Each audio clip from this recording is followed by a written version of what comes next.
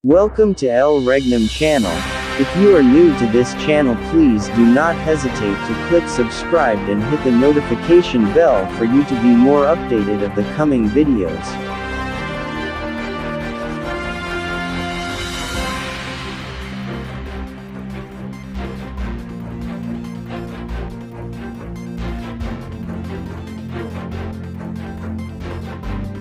Ikaw na.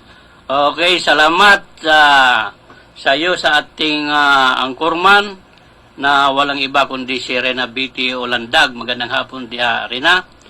At bago po tayo magpatuloy sa ating programa, nais ko munang batiin ang aming mahal na guro na walang iba kundi si Mahal na Hari Philemon Ondok Riambunansa.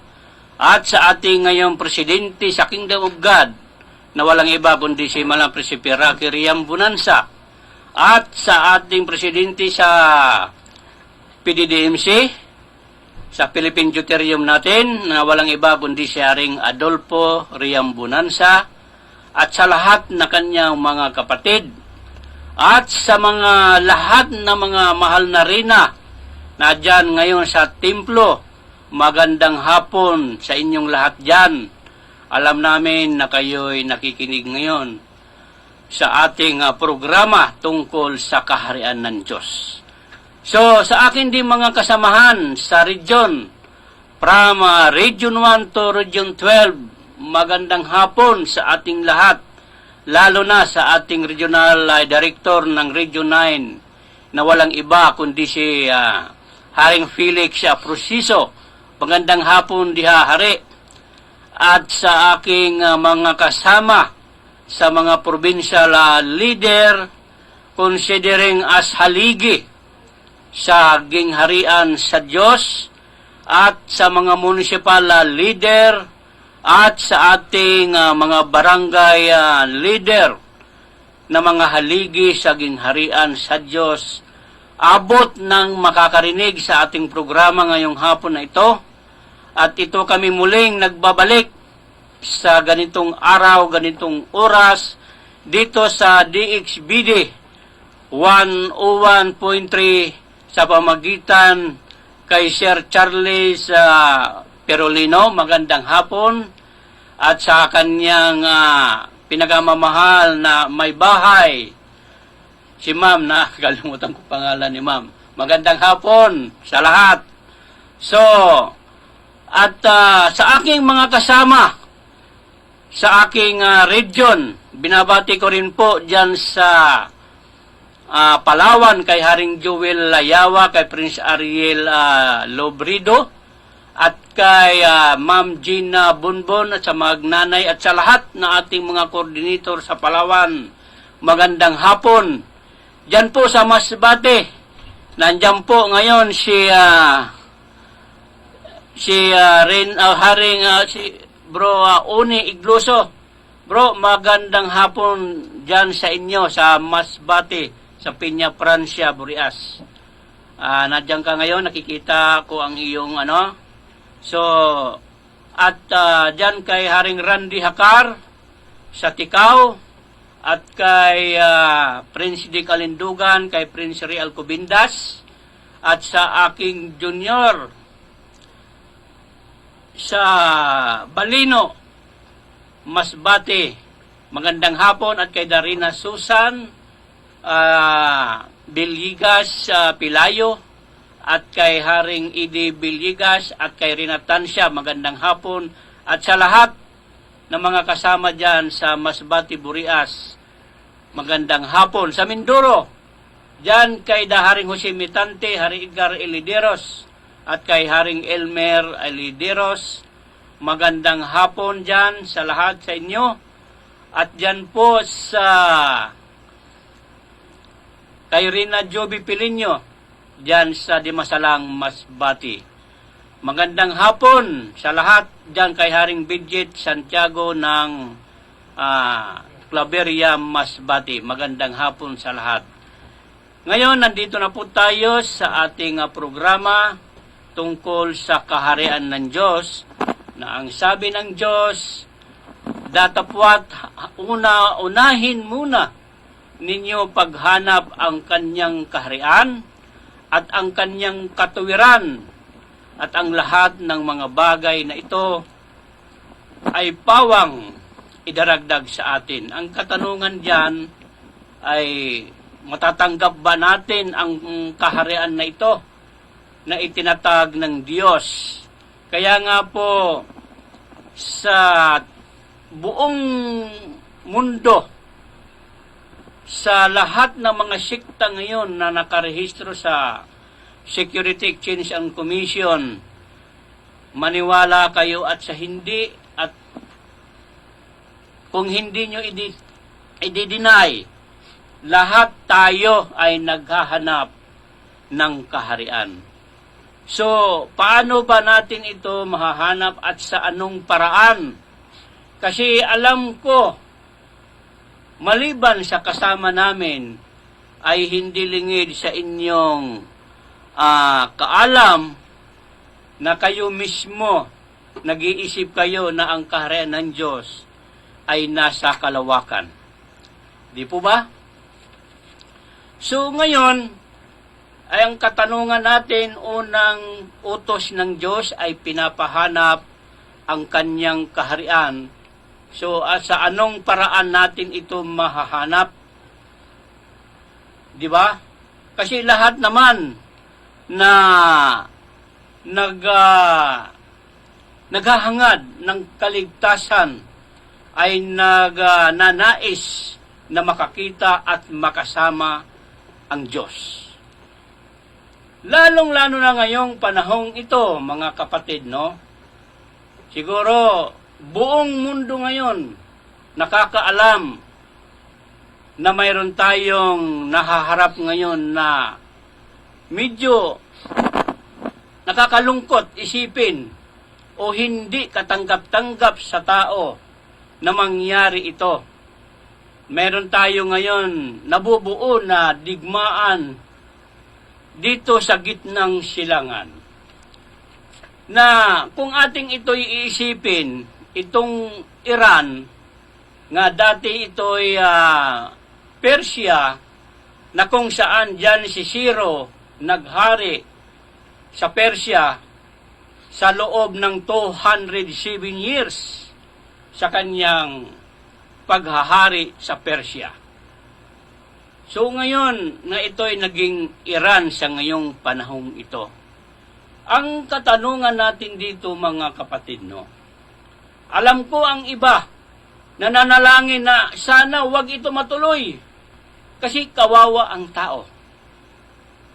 Kung tayo man ay naniniwala sa Diyos at tayo man ay sumusunod sa utos ng Diyos, ating ito'y isipin, mga kapatid, na ang pakikipagdigma o pakikibaka sa bansa ay hindi ito sa Diyos, ay hindi ito sa tao. Ito ay sa Diyos. Basahin natin diyan sa dito sa Mateo 24 sa 24:6 ng Mateo. Basahin natin. At maririnig kayo ng mga digmaan at mga alingaw-ngaw ng mga digmaan. Ingatan ninyo na huwag kayong magulumihanan sapagkat kinakailangan ito'y mangyari datapwat hindi pa ang wakas. Biro mo.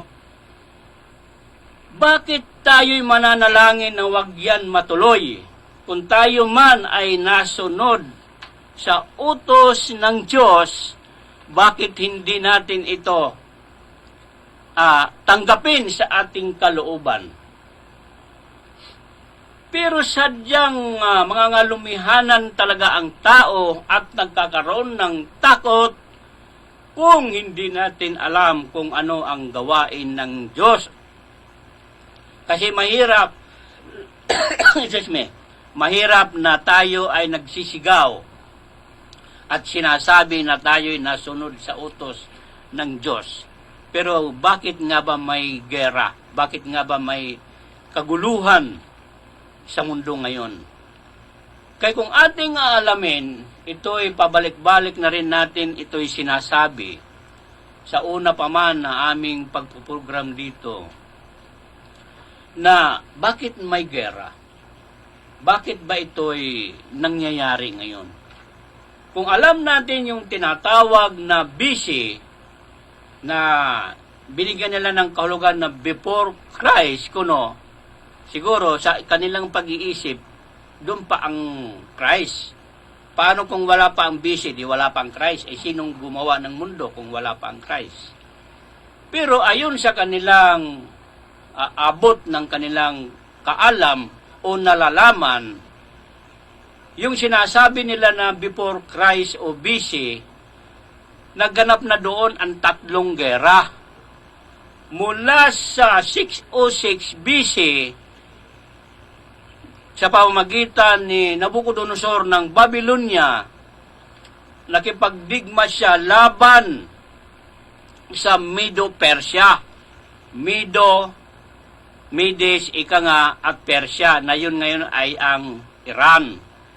Kaya kasi kung ating naalamin, yung Medo-Persia, Iraq, Iran yan eh. Kaya yun ngayon ay naging Iraq at Iran. Ang Iran ay Persia.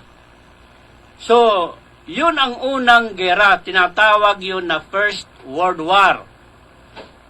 Yun ang First World War ng BC o before Christ ayon sa kanilang naaabot sa kanilang kaalam. So ngayon, sumunod doon ang Medo-Persia laban Greece doon kay Alexander the Great or Alejandro Magno sa taon 331 BC, Second World War. So, before pala tayo naging tao, may mga gera na sa unang panahon. So ngayon, may tatlong gera doon na naganap. Grecia laban Rome. Nanalo ang Roma sa pamamagitan ng mga Caesars Honorius, Octavius. Yun ang mga Caesar sa Roma, Julius Caesar, na nagkaroon pa nga ng Julian calendar sa unang panahon dahil kay Julius Caesar. So, yun po ang Third World War na nangyari o naganap sa panahon sa sinasabi nating BC. O dito naman tayo ngayon sa Anno Domini or tinatawag nila na AD, after death of Christ nga ika nga nila. Ang ating First World War sa taon na 1914 to 1918 sa pamamagitan ni Kaiser Wilhelm ng Alemanya. Yon ang ating First World War sa Anno Domini or AD. So ngayon, naganap ang ating Second World War noong 1939, September 1 nag-umpisa hanggang sa 1945. Ang gera sa pamamagitan ni Adolfo Hitler. No? So ngayon, bakit tayo'y magdadasal? Bakit tayo'y mananalangin na wag sana magkaroon ng gera? Unang-una, kung yun ang ating mentalidad na magdasal tayo na hindi matuloy ang gera dahil sa ating naiisip na kawawa ang tao. Talagang kawawa ang tao. Bakit? Ang tao rin ang linikha ng Diyos, hindi naman ang tayo ang masusunod, dahil linikha naman lang tayo ng Diyos, kailangan sundin natin ang Diyos. So ngayon, itong gera na ito kinakailangan matupad para matupad ang tinatawag na Third World War kasi sa BC naganap ang Third World War doon. So ngayon, ito na ang ambon-ambon kumbaga sa ulan na kinakailangan mangyari ito. Kaya ayon sa ating binasa, anong sabi dito? At makakarinig kayo ng mga digmaan at mga alingaw-ngaw ng mga digmaan. Ingatan ninyo na huwag kayong magulumihanan sapagkat kinakailangan, ano sabi? Kinakailangan ito'y mangyari. Bakit tayo magdadasal na huwag matupad? Di ibig sabihin, kung tayo man ay nasunod sa Bible, nasunod tayo sa Diyos, dahil ang Bible naman ay salita ng Diyos, bakit tayo'y mananalangin na huwag matuloy? Ibig sabihin, mga kapatid, ating sinasalungat ang kagustuhan ng Diyos. Huwag natin sabihin tayo nasunod sa utos ng Diyos. Kasi kung tunay tayo na alagad ng Diyos, anuman ang nakasulat dyan, dapat sundin natin. Hindi natin kinakailangan salungatin. Ano sa tingin nyo? Hindi kayo makatingin?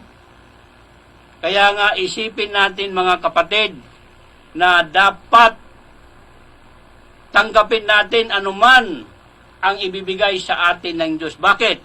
Ano ang sabi sa 2 Kronika 20:15?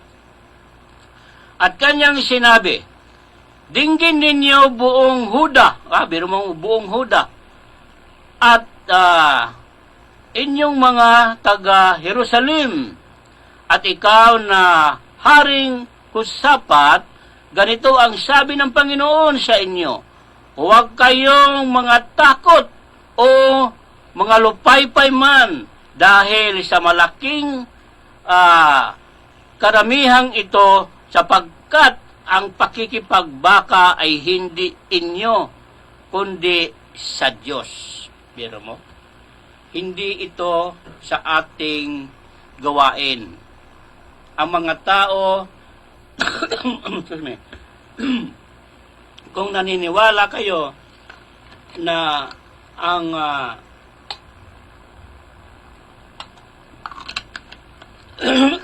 ang tao ay sadyang linikha ng Diyos, dapat tayo ay sumunod. Pareho baga sa ating magulang. Ang ating magulang, bakit tayo ay kanilang ginusto na ipanganak sa mundong ito? Hindi ang gusto ng ating, hindi lang sa kagustuhan ng ating magulang, kundi yan ay kagustuhan ng Diyos. Kasi kung ating alamin, bakit lilikhan ng Diyos ang tao? At bakit naman ang gusto sa mag-asawa nga magkaanak? Linikha ng Diyos ang tao upang mayroon siyang katulong. Kasi siya ang magbibigay sa atin ng kaisipan. Ang ating kaisipan ay hindi sariling atin, kundi ang ating kaisipan ay sa Diyos galing. Kaya, kung tayo man ay nananampalataya sa Diyos, nandiyan pa yung ating pasayaw-sayaw sa mga simbahan, nagpipraise the Lord, tapos salungat ka rin sa kagustuhan ng Diyos, useless yung iginugugol natin na panahon o oras sa ating pananalangin diyan kung hindi lang naman natin maitatama ang ating mga sinasabing gawain para sa Diyos. Sadya ng Diyos na magkaroon talaga ng pangyayari na ganito. Kay babasahin natin uli ang 1 Kronika 5:22, sapagkat maraming mga mamatay na mabubuhal sapagkat ang pagdigma ay sa Diyos at sila'y magsitahan na kahalili nila hanggang sa pagkabihag. Magbibihagay na sila, mga kapatid. Kaya nga, ang atin na lang gawin, ipagkatiwala natin sa Diyos ang lahat. Biro mo, bakit nga ba ang pinupunteriyan nila ang lakas ng bansa? Ano ba ang lakas ng bansa? Una, nandoon ang mga base ng mga militar, ang persan ng armas nila. At ang una, ang langis ngayon. Kita mo, itong tinatawag na Strait of Hormuz, yan ay gawa yan ng Iran. Ginawa yan ng Iran. Kasi kung iikot pa hanggang doon sa dulong habagatan, napakalayo, kaya nga nung unang panahon, ang paglalayag ng barko galing sa parting Amerika or asa man na lugar, ay ilang buwan bago makarating dito sa ating bansa. Kasi umiikot. Kaya yan, ginawa yan na tinatawag na Strait of Hormuz ng Iraq para magkaroon sila ng shortcut na daanan. Lupa yan ng Iraq. Kaya nga kung isasara yan ng Iraq, walang magagawa ang lahat na mga mangangalakal. Kasi kontrol nila yan. Kontrolado nila yan. Kaya nga po, yun ang dapat nating isipin, na ang Iraq ngayon, o Iran, siya ang dating Persya. At kung saan dyan si Ciro naghari sa loob ng 207 years. Yun po ang katotohanan dyan sa mga pangyayari ngayon. Magpasalamat tayo na matupad na sana yung Third World War na yan para lumabas ang pera ng Pilipinas. Kasi 170 countries ngayon ang nakahiram sa gold ng Pilipinas at ang pera na 300 dodekalyong dollar na nahiraman din yan kasama doon sa ginto upang ang ibang bansa ay makapag-imprinta sila ng kwarta. Isipin natin mga kapatid, bakit nga ba dito dinala ang kayamanan na mula pa yan sa Israel na paghari ng Babylon, dinala doon sa Babylonia ang kayamanan? Ay hindi naman yung kayamanan ng Babylonia, doon yung galing kay Solomon. Sa Israel, dinala sa Babylon. Pagharin ng Persya, dinala naman doon sa Persya. Ay hindi naman yan sa Persya, yan naman ay sa Israel. Yung kayamanan na yon. Paghari ng Roma, dinala doon sa Roma ang kayamanan. At ang mga ginto, alam natin at hindi lingid sa ating kaalam na ang lahat ng kayamanan ay sa Diyos. Kahit yung gera sa Diyos. So ngayon, yung nandoon na ang kayamanan sa itong Roma, ay hindi naman yan sa mga Caesar sa Roma ang kayamanan na yaon. Yun ay kayamanan yan ng Diyos doon sa Israel. Kaya nga, sinabi ng Diyos doon kay Mateo, na aalisin sa inyo ang kaharian ng Diyos. Doon sinabi yun sa Israel. At ibibigay sa isang bansa na nagkakabunga. Kaya nga pagdating ng Second World War, dahil hindi naman yan sa Roma na kayamanan, ibibigay man sa isang bansa na nagkakabunga ang kayamanan at ibabalik yaan sa kanyang sariling lupain na ang sinabi ni Isaias Isaias 24:15 na luwalhatiin ninyo ang Diyos ng Israel sa mga pulo ng dagat, sa silanganan sa mga pulo ng dagat. Kaya nga, kung alamin natin ang mga history, sinabi baga sa unang panahon pa na itong kayamanan ay hindi naman talaga yan sa Babylon, hindi naman sa Persya, hindi naman sa Grecia, hindi naman din ito sa Roma. Kaya nga, ibabalik ito sa bagong Israel. Sinabi ng Diyos doon kay Isaias na ang Diyos ay pinapaluwalhati sa silanganan, bagay ang Diyos ng Israel sa mga pulo ng dagat. Kaya hindi ba ninyo nalalaman na bakit dinala dito sa ating bansa ang lahat ng kayamanan niyaon. Kaya nga, mayroon tayong sinasabi na Yamashita Treasure. Pati ang mga pera na yan sa ibang bansa, nadyan yung mga $1, Wells Fargo, na may IQD, nadyan yung Zimbabwe, nadyan yung German bond, lahat ng mga pera na nakahiram na bansa sa Pilipinas, dito yan ininprinta. Kaya nga doon sila ngayon nagtataka ang mga ibang bansa, bakit sa Pilipinas pa yan na imprinta? Bakit hindi doon sa kanilang bansa? Kasi kaya dito yan nag-imprinta, maliwanag na ang pera ng Pilipinas at ang ginto hiniram nila upang maging backup sa kanilang kwarta. Kaya ang gold na yan na hiniram nila, nasa atin, ang certificate lamang ang kanilang nahiram. Kaya nagkakaroon ngayon ng Third World War. Magpasalamat tayo kung magaganap na yan. Bakit? Lalabas ang pera ng Pilipinas. At ang Pilipinas ang magbibigay ng panibagong buhay nila upang muli silang makabangon. Kaya magigiba ang lahat na kanilang mga infrastruktura, gigibahin sa kanilang pakikipagdigma. Walang ibang magpipinance niyan ang Pilipinas. Kaya nga, mayroon naririnig tayo sa mga pagbablog, sa Facebook na bakit daw ang Pilipinas naghihirap samantalang ibang bansa ang yaman nila. Pero hindi nyo alam, mga kapatid, na ang Pilipinas ay napakayaman kung tutuusin.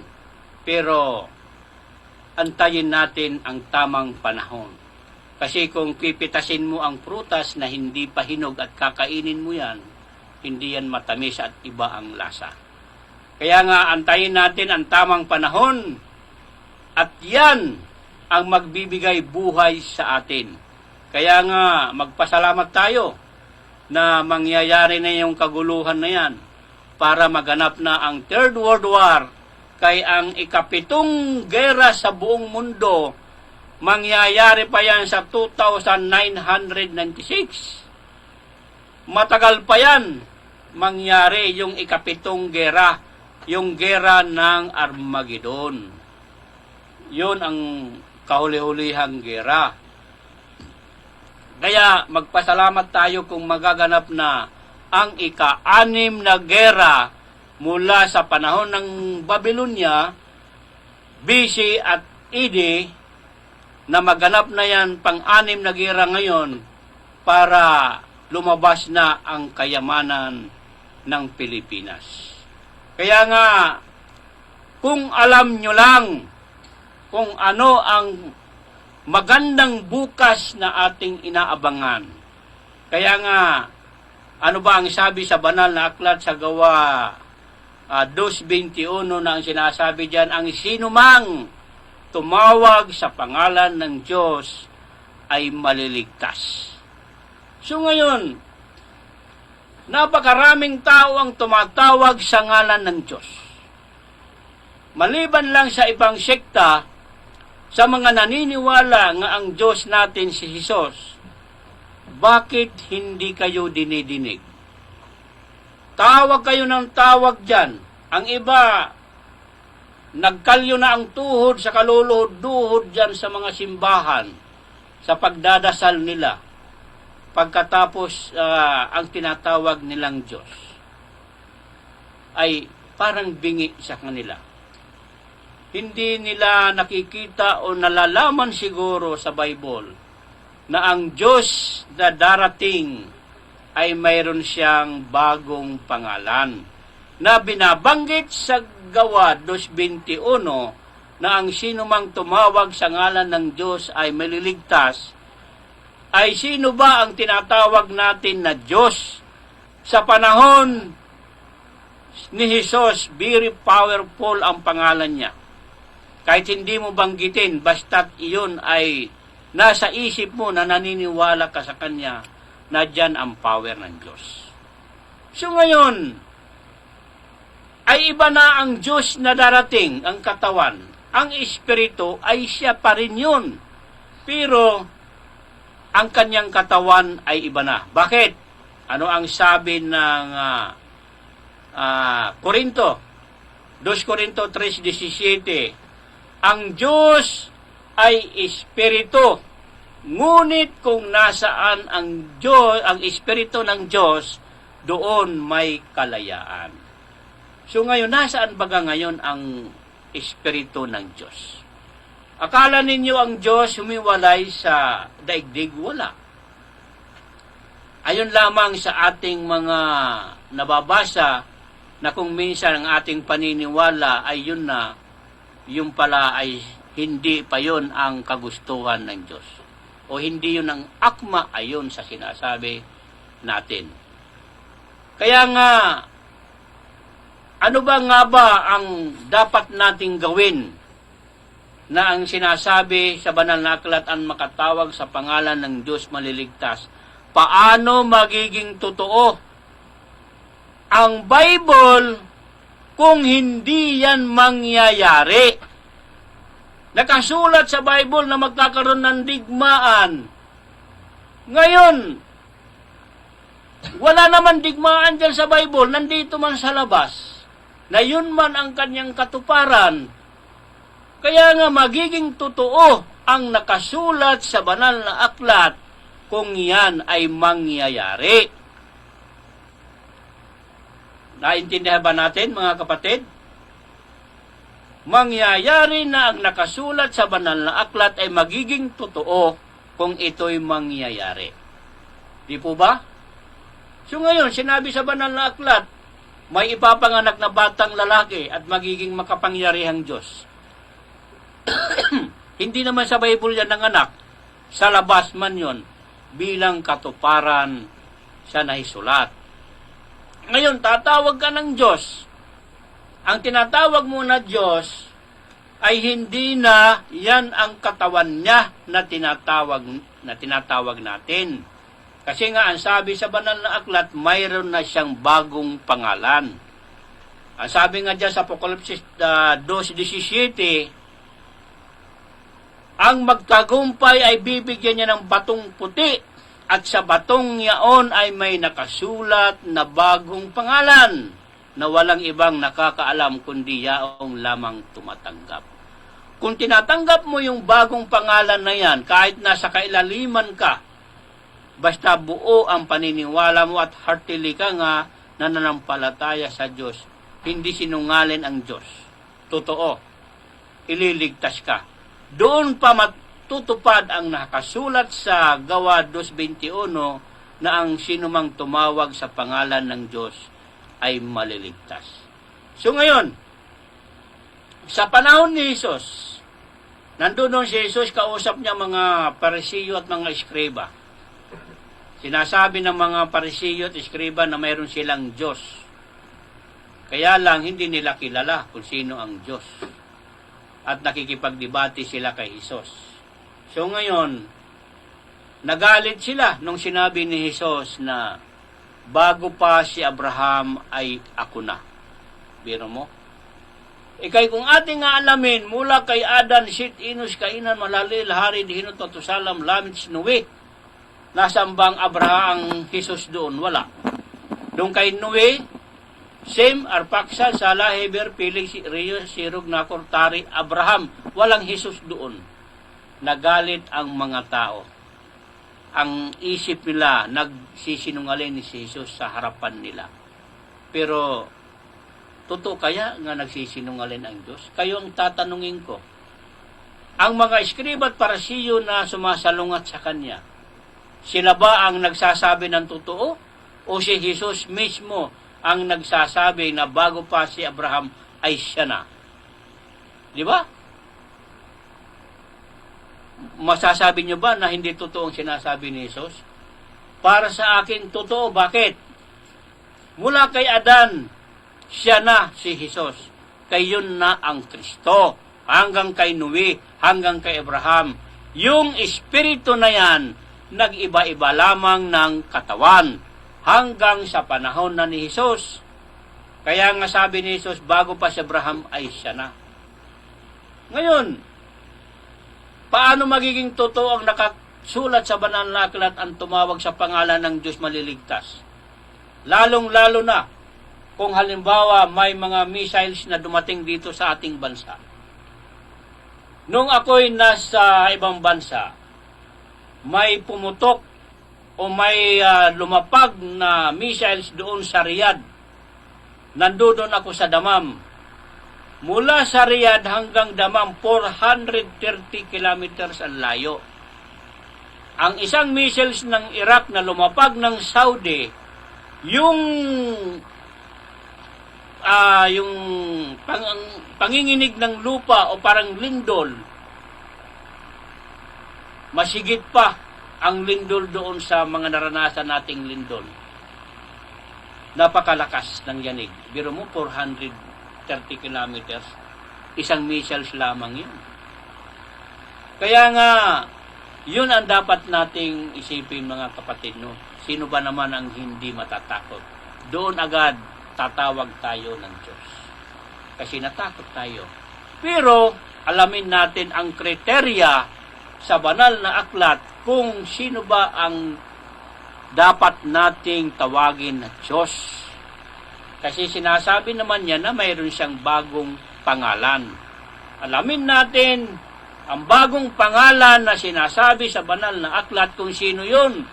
Dahil kung yan ang iyong matawag pagdating sa kapanahonan ng kagipitan, doon magiging totoo ang banal na aklat at doon matutupad ang sinabi na ang banal na aklat ay totoo ang lahat na nakasulat. Di po ba? Ngayon, ilang taon na natin ito sinisigaw ang gingharian sa Diyos o kaharian ng Diyos na ito na ang papapasukan ng tao ayon sa atin intro. So ngayon, ang iba nakataas kilay, nakataas noo. Kasabihin pa nahihibang ang mga taong yan. Nasa inyo yan, mga kapatid. Total, kanya-kanya tayo ng kaligtasan. Kanya-kanya tayo ng paniniwala. Kanya-kanya tayo ng mga idea at pamamaraan kung paano natin ito may kakasutuparan o paano may mamaterialize ito. Kaya dapat, kung tayo'y wise, gingharian sa Diyos. Ang sinabi ni Daniel 2:44-45, ang Diyos magtatayo ng isang kaharian sa langit na hindi magigiba magpakailanman. Ang mentalidad ng tao na langit ay nasa kalawakan. Pero isipin nyo, mula sa panahon ni Adan, ang Diyos, ginawa ng Diyos si Adan doon sa Eden. Pagkatapos, dadalhin nyo doon sa kalawakan. Nasaan ba ang Eden sa unang panahon na Eden? Na yun man ngayon ay ang Iraq. Kaya ang Eden na yan, nung matapos ang baha ay naging Mesopotamia.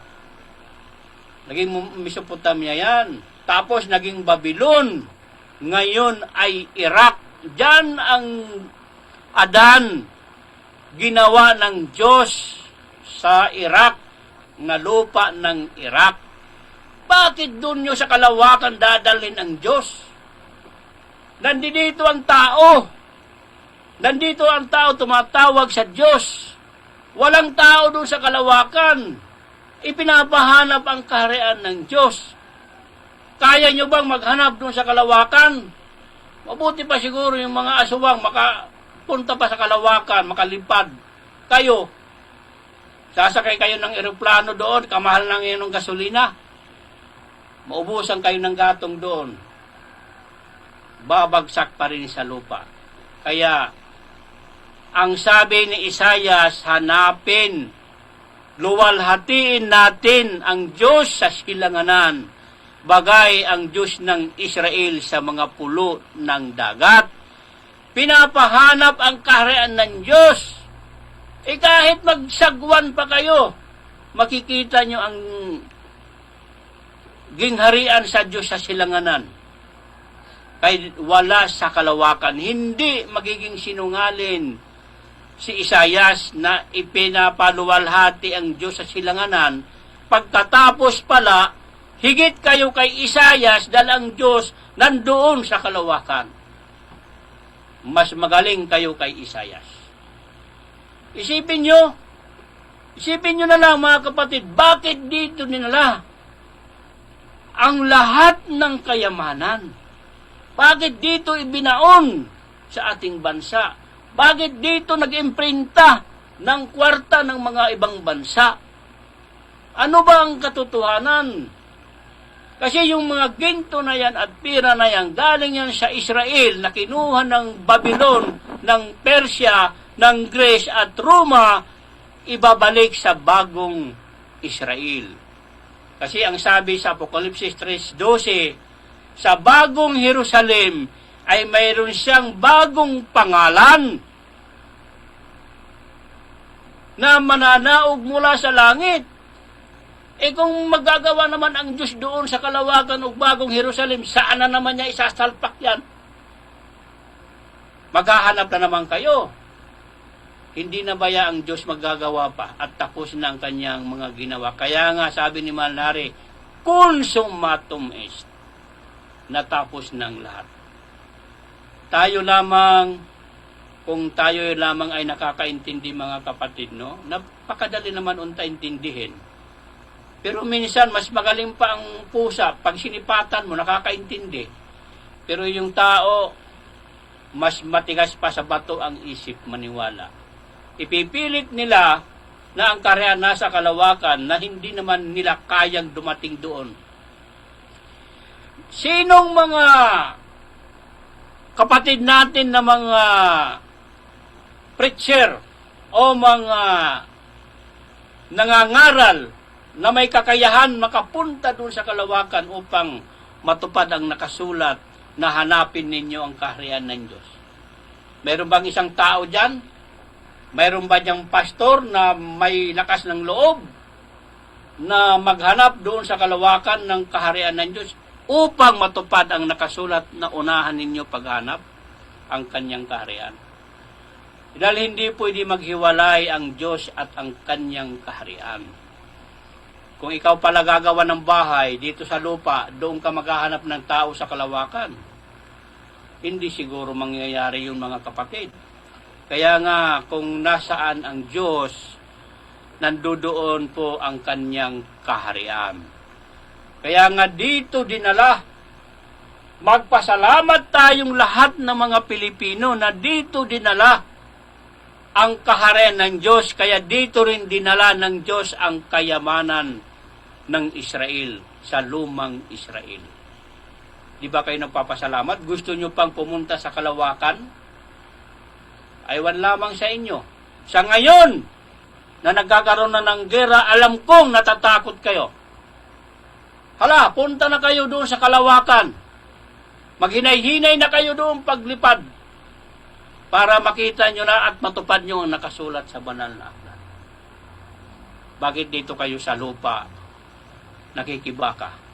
Bakit dito kayo sa lupa tumitira? Na magulo dito. Puro gulo. Kung gusto nyo lang naman tumira sa langit at hanapin ninyo ang kaharian, punta na kayo doon sa kalawakan.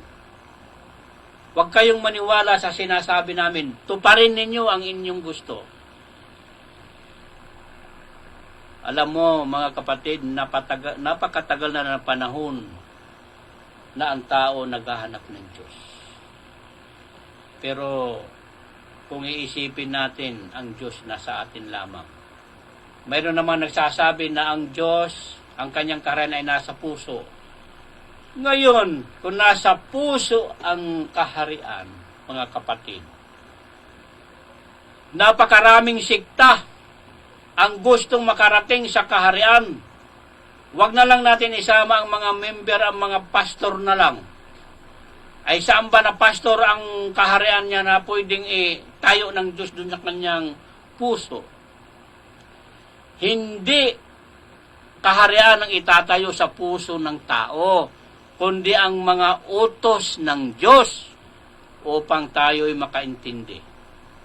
So ngayon, sa panahon ni Jesus, nangangaral siya na ang sabi ni Jesus, ang sinumang tutupad sa aking mga salita, kailanman hindi matitikman ang kamatayan.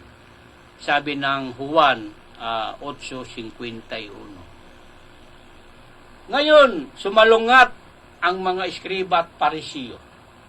Sabi ng mga eskriba at parisiyo, ngayon nalalaman namin sa 52 na mayroon kang demonyo. Namatay ang aming amahang Abraham at mga propeta.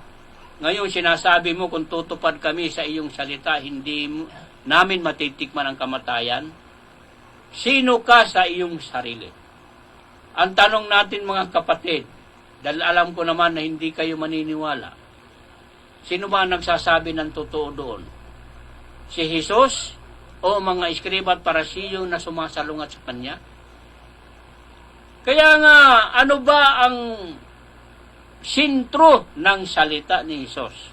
Na ang sinumang tutupad sa kanya mga salita, kailanman hindi matitikman ang kamatayan. Hindi mo rin pwedeng sabihin o gagayahin mo yung mga eskriba at parisiyo na sasabihin mo rin, ngayon, mayroon kang demonyo.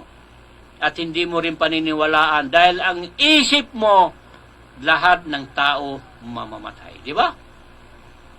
Ngayon, sino ba nagsasabi ng totoo? Kayo o ang Diyos? Masasabi niyong sinungaling si Jesus.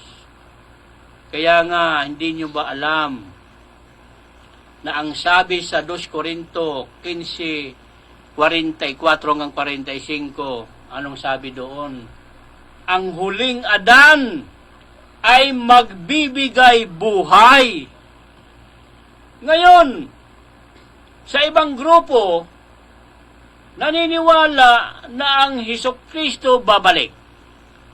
Ang ibang grupo naniniwala na ang kalang founder nga namatay babalik. Ngayon, sa atin ding ngayong pagkakaalam na si Jesus ay babalik, di ba? Yun ang ating pagkakaalam ngayon. Ngayon si Adan nangako, nasabi ang ikalawang Adan ay babalik. Ang huling Adan, ibig sabihin, ikalawang Adan ay magbibigay buhay. Ang alam natin na babalik si Jesucristo. Wag na natin sama yung inyong mga founder na sinasabi niyong babalik din. Si Jesus na lang at ang Adan ang atin na lamang bigyan pansin ang sinasabi dyan na babalik sila. Kaya nga may mga grupo na umaasa sa ikalawang pagbabalik ng Kristo. Ngayon, nababasa natin sa banal na aklat na mayroon ikalawang Adan. Kung magkasabay babalik, tandaan natin ito mga kapatid, kung sasabay na babalik si Adan at babalik si Jesus, alam natin na si Jesus ay maghuhukom. Tama ba? Ang inyong pagkakaalam na babalik si Jesus ay maghuhukom. Di ba? Ngayon si Adan ay magbibigay buhay. Paano kung magkasabay pumunta dyan sa bahay nyo? Sasabihin, ako si Jesus, maghuhukom. Sasabihin naman, ako si Adan, magbibigay buhay. Saan ka ngayon mamimili, mga kapatid? Kay Adan na magbibigay buhay o kay Jesus na huhukman ka? Aber, saan nyo gusto? Kaya isipin natin mga kapatid, no? Hindi madali intindihin yung nakasulat sa banal na aklat. Dahil hindi lahat na nagbabasa dyan ay nakakaintindi. Kaya nga pagsabi ni Jesus na bago pa si Abraham ay ako na. Ang kanyang espiritu ay pumasok sa mga katawan na yan na sinasabi natin. Kaya nga dapat pag-aralan natin upang matupad ang nakasulat sa banal na aklat na ang sinumang tatawag sa ngalan ng Diyos ay maliligtas. Isipin nyo na lang kung nadoon pa rin sa kalawakan ang inyong isip na babalik ang Diyos